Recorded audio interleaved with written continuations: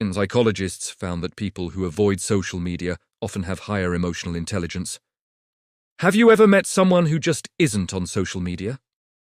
No Instagram, no Facebook, no TikTok. In a world where we're all constantly connected, these people can seem like a mystery. What's going on in their heads? Are they hiding something? Or have they figured out a secret to a happier life?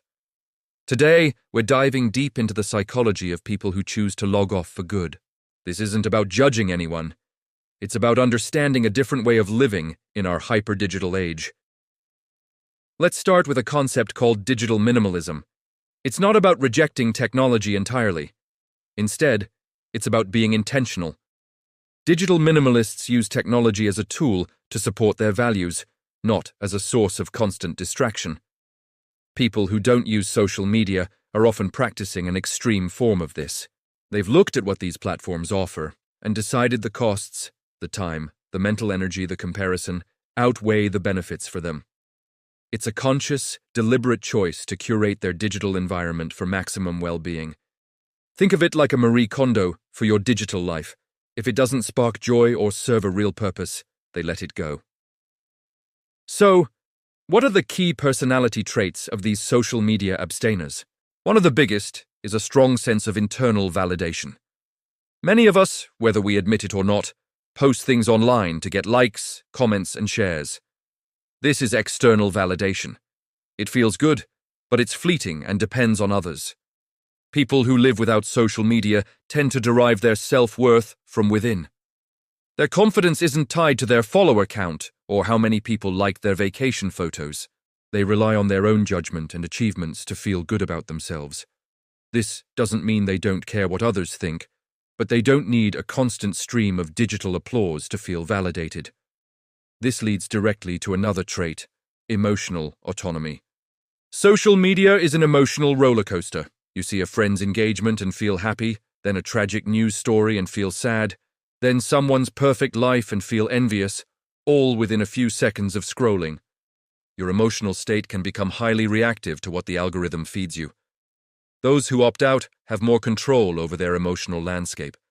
They're less exposed to the curated highlight reels that fuel social comparison and the fear of missing out, or FOMO. Their emotions are more likely to be influenced by their real-life, immediate experiences rather than the digital drama of strangers or distant acquaintances. Another core principle is a preference for quality over quantity, especially in relationships. Social media allows us to maintain hundreds, even thousands, of friends. But how many of these connections are truly meaningful? People who avoid these platforms often invest their social energy differently. They prioritize deep, face-to-face interactions and strong bonds with a smaller circle of people. They might prefer a long phone call over 100 likes, or a quiet coffee with a friend over a massive online group chat. For them, true connection isn't about broadcasting their life to a wide audience. It's about being fully present with the people who matter most. They trade the breadth of weak ties for the depth of strong ones. What are the psychological benefits of this lifestyle? The most commonly reported one is a significant reduction in anxiety and depression. Numerous studies have linked heavy social media use with poorer mental health. The constant pressure to perform, the comparison traps, and the cyberbullying are all major stressors. By removing that entire ecosystem, individuals often find a sense of peace. Their minds aren't constantly buzzing with notifications and the need to check their feeds. There's less pressure to craft the perfect online persona and more freedom to just be themselves. This leads to another huge benefit, an increased sense of presence. How often have you been with friends or family, but everyone's on their phones? Or you're experiencing a beautiful moment, but your first thought is how to capture it for Instagram? When you remove the impulse to document and share everything, you're more likely to simply live in the moment. You're fully engaged in the conversation. You're savoring the meal. You're actually watching the sunset instead of watching it through your phone's screen. This state of mindfulness, of being present in the here and now, is a powerful antidote to the stress and distraction of modern life. So how does society perceive these people? It's a mixed bag. To some, they seem enigmatic or even a bit eccentric. What do you mean you're not on Instagram? How do you keep up with things? There can be a slight suspicion, as if they're deliberately being old-fashioned or hiding from the world. In some professional circles, a lack of a digital footprint, like a LinkedIn profile, can even be seen as a red flag. It can make networking and staying in the loop on industry trends more challenging. They might miss out on event invitations, news, and the casual social updates that bind communities together online. However, there's a growing counter-perception. Many people view them with a sense of admiration, even envy. They're seen as independent thinkers who have the discipline and self-assurance to opt out of a system that so many of us feel trapped in. They're perceived as being more grounded, authentic, and in control of their own lives.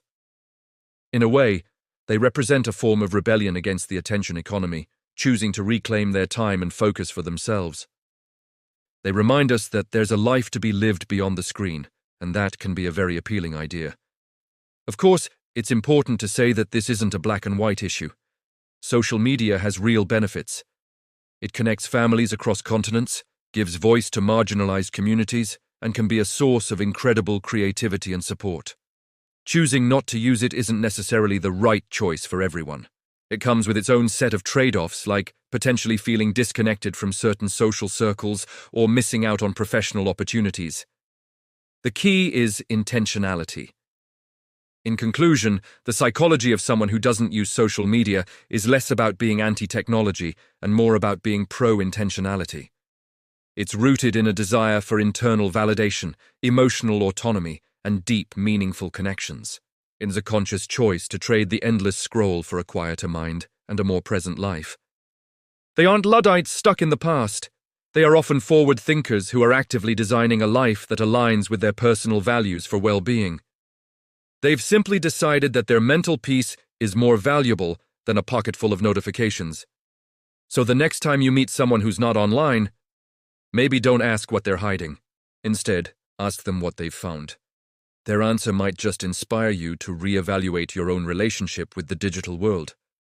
What do you think? Could you ever quit social media? Let me know in the comments below. Thanks for watching, and if you enjoyed this deep dive, make sure to like and subscribe for more content.